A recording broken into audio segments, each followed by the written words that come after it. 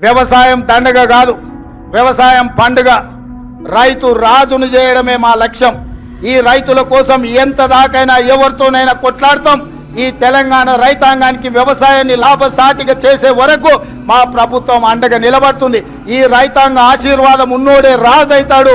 ఈ రైతులు తిరస్కరించినోడు ఎవడైనా రావణుడు అవుతాడు. అందుకే రావణాసురుడు అయిపోయి ఫామ్ హౌస్ లో నిద్రపోతున్నాడు.